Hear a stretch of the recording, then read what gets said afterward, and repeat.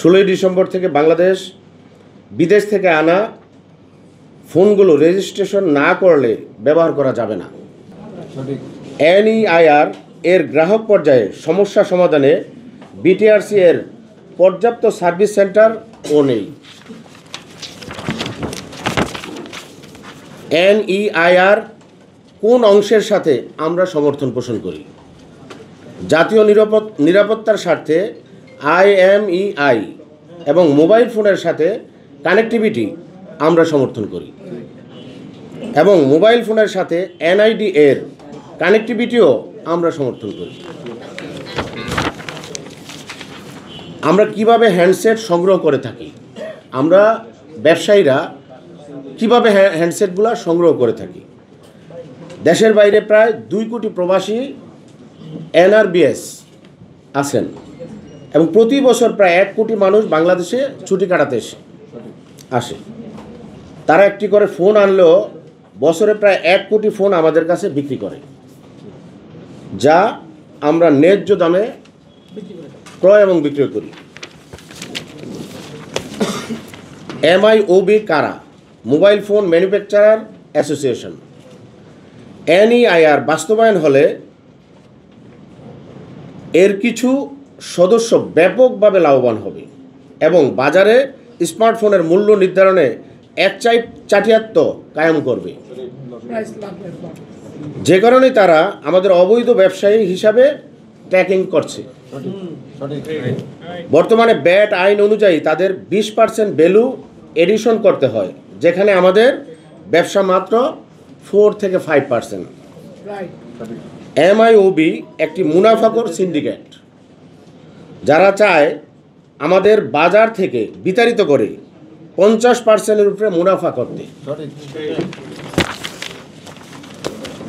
আমরা কেন MIOB এর কতিপয় সদস্য সিন্ডিকেট বলি? আমি যদি উদাহরণস্বরূপ বলি, একটি কোম্পানির Redmi A5 4G, এটার কনফিগারেশনটা যেমন 464, 15% ব্যাট অ্যাপ্লিকেবল বাংলাদেশে যদি আমরা ধরি তাদের মতে, তাহলে বাংলাদেশে প্রাইস হবে 10,999 টাকা। ইন্ডিয়াতে যদি আমরা এটা কম্পেয়ার করি তাহলে 9,799 টাকা, মাত্র 12%। পাকিস্তানে যদি এটা আমরা ধরি তাদের ট্যাক্স হলো 22%, তাতে গিয়ে দাঁড়ায় 9,004 টাকা। এরকম অনেক উদাহরণ আমাদের কাছে অনেক আছে।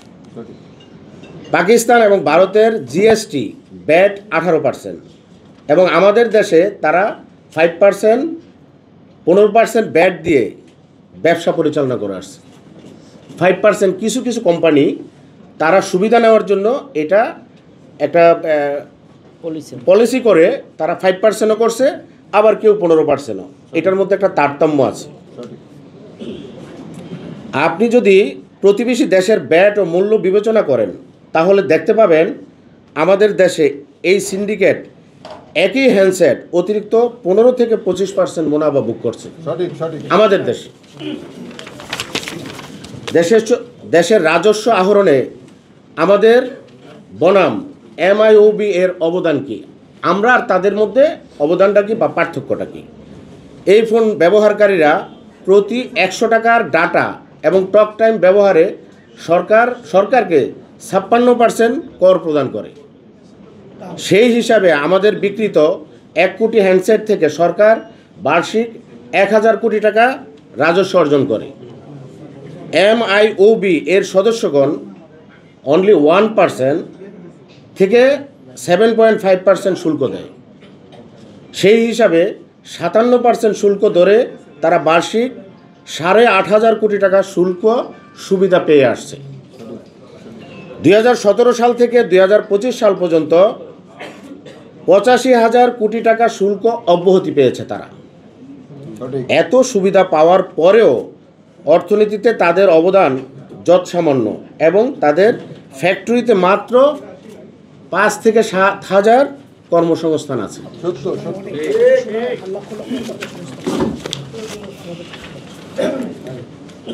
টেলিকম অর্ডিন্যান্স 2025 NEIR নিয়ে কোনো দিক নির্দেশনা নাই। এতেই প্রমাণ করে 16ই ডিসেম্বর NEIR বাস্তবায়ন করা সরকারের সমন্বিত কোনো পরিকল্পনার অংশ নয়। জাতীয় নির্বাচনের আগে তড়িঘড়ি করে এটি বাস্তবায়ন করা উদ্দেশ্য প্রণোদিত বলে আমাদের মনে হয়। NEIR বাস্তবায়ন হলে স্মার্টফোন শাটডাউনে পূর্ণ ক্ষমতা BTRC এবং MOIB এর হাতে চলে যাবে, যা ডিজিটাল স্বাধীনতা এবং জাতীয় নিরাপত্তার পরিপন্থী।